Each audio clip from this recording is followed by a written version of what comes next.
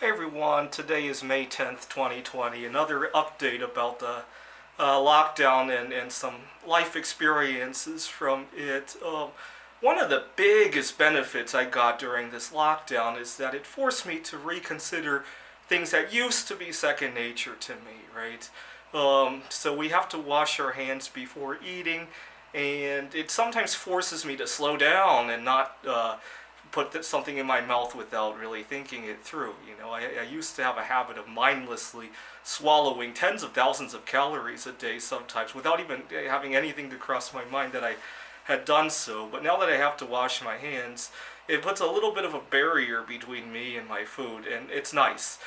I can always eat it, but it forces me to at least think for 20 seconds whether or not I actually need it. I also corrected quite a number of nasty habits, if you will.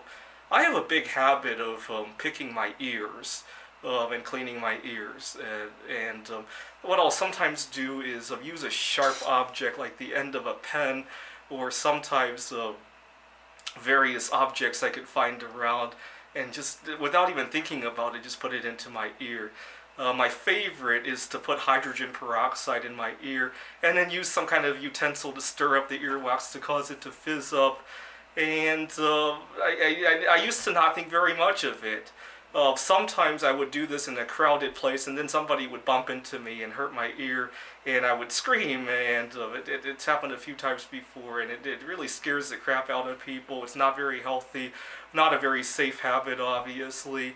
But I was at the boat marina a couple weeks ago, and I was picking my ear, and somebody just got grossed out of his mind about it. It made me realize, oh my God, I never realized how often I was picking my ears. Another thing that I corrected for is, this one's a little bit more subtle, but it forced me to rethink who I include in my social circle. I have a habit of getting on too friendly terms with people I need to do business with, right? So my coworkers, my bosses, my landlords. I had an issue with my landlord, not a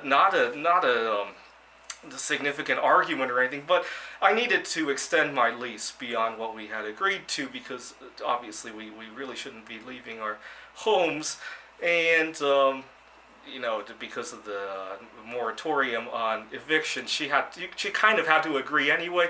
But we were so close that it was so hard for me to bring it up, and it made me realize that I got a little bit too close to her. When we were locked up, I spent a lot of time bragging to her about my computer games that I'm writing, bragging to her about the photographs I took of the night sky, and it became very uncomfortable when I had to extend the lease. Even though I knew she couldn't do anything about it, it just became really uncomfortable. I make similar mistakes at my workplace as well. I get too friendly with my boss, and then when it's time to negotiate something, I work at a relatively small startup, so anything that I negotiate, a lot of it has to come out of somebody else's pocket, right? It's not a big corporation where, and sometimes when I get too friendly with people, it becomes very hard it's almost like a game of poker where you show all your cards to your opponent sometimes. And the COVID-19 crisis made me realize that you really don't have any friends at your job, or with your landlord, or with anybody that you're doing business with. And I really have to rethink my social circle after the crisis is over. Okay, one thing I noticed is that, so I used to live in New York City. And when I heard New York City was the most ravaged by COVID, the first thing I thought about was how a number of disgusting habits that I noticed when I was in New York.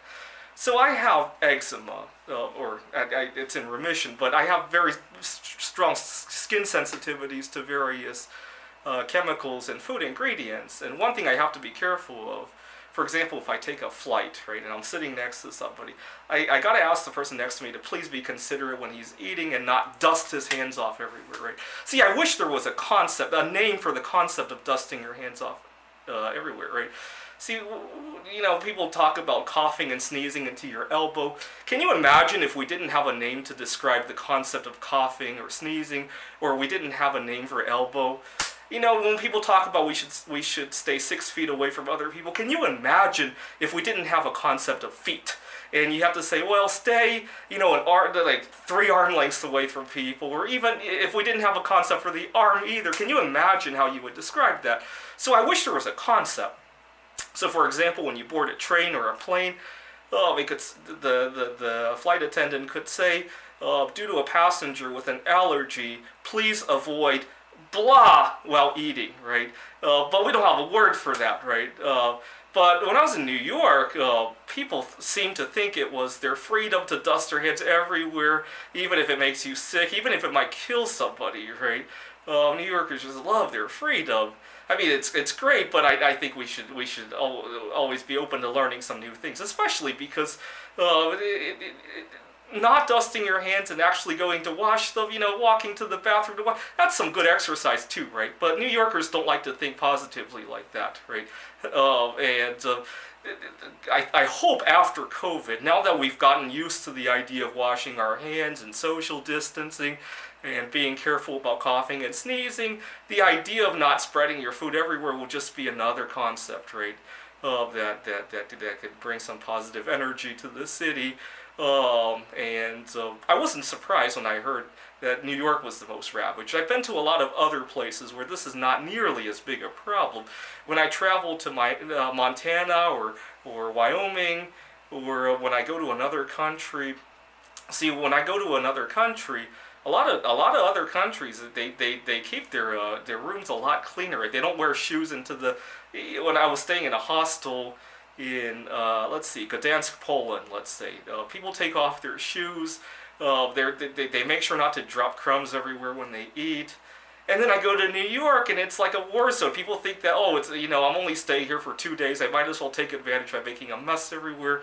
And when you consider the hostel in New York costs like 10, 20 times as much as the one in Gdansk, it feels like a giant ripoff. That's why I don't like to go to New York. So I hope these last 2 months you've corrected some disgusting habits like this.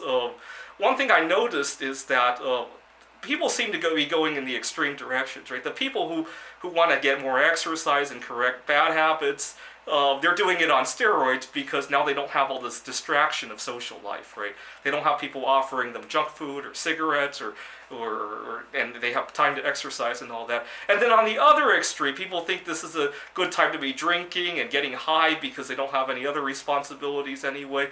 I suspect at the end of the crisis, we're going to have a big gulf in between the healthy and the unhealthy, but that remains to be seen. That's my best guess, given what I observe in the outside world. Thanks for watching.